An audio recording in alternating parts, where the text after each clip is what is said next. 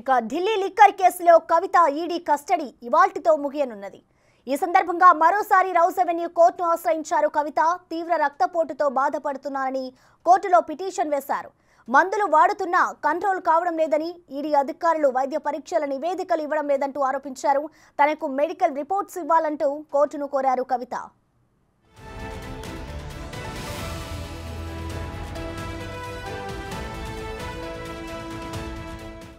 ఇదే అంశానికి సంబంధించిన మరింత సమాచారాన్ని మా ప్రతినిధి శివ ఢిల్లీ నుంచి లైవ్ లో అందిస్తారు. శివ, చెప్పండి, ఇవాల్టితో అయితే కవిత ఈడీ కస్టడీ ముగుస్తోంది. మరోవైపు ఇటు మరో పిటిషన్ కూడా ఆరోగ్యానికి సంబంధించి కవిత వేశారు. మరి దీనికి సంబంధించి కోర్టులో ఎలాంటి వాదనలు జరగబోతున్నాయి అనుకోవచ్చు శివ?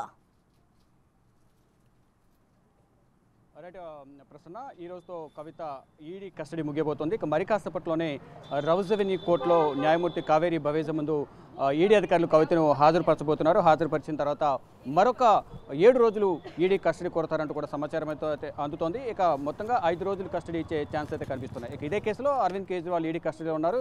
28వ తేదీ వరకు కూడా అరవింద్ కేజ్రీవాల్ ఈడీ కస్టడీలో ఉండబోతున్నారు. మరోవైపు కవిత మరొక పిటిషన్ దాఖలు చేశారు. హెల్త్ గ్రౌండ్స్లో తనకు వైద్యం అనేది అందుతున్నప్పటికీ దానికి సంబంధించిన రిపోర్ట్స్ అనేవి ఇవ్వడం లేదనేది ప్రధానంగా కవిత మరో పిటిషన్ దాఖలు చేశారు. తను ఆరోగ్య సమస్యలతో ఇబ్బందులు పడుతున్నట్లు కూడా రౌస్ అవెన్యూ కోర్టును ఆశ్రయించారు. అంటే తీవ్ర రక్తపోటుతో బాధపడుతున్నారంటూ కవిత దాఖలు చేసిన పిటిషన్లో పేర్కొన్నారు.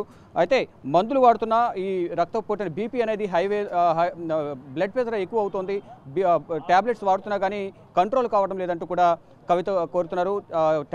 వైద్యులు ట్యాబ్లెట్స్ ఇస్తున్నారు, కానీ అవి వేసుకున్నప్పటికీ కూడా తాత్కాలిక ఉపశమనం లభించినప్పటికీ అది పర్మనెంట్ ఉపశమనం అనేది దొరకడం లేదు. కాబట్టి ఈ రిపోర్ట్స్ అనేవి స్పష్టంగా ఇవ్వడం లేదు ఈడీ అధికారులు అనేది ప్రధానంగా కవిత పిటిషన్ దాఖలు చేశారు. ఈ రిపోర్ట్స్ ఇచ్చే విధంగా కూడా ఆదేశాలు ఇవ్వాలని రౌస్ అవెన్యూ కోర్టును ఆశ్రయించారు. అంటే మెడికల్ రిపోర్ట్స్ ఇవ్వాలనేది ప్రధానంగా, రిపోర్ట్స్ ఇప్పించాలనేది ప్రధానంగా కవిత పిటిషన్లో పేర్కొన్నట్టు తెలుస్తుంది.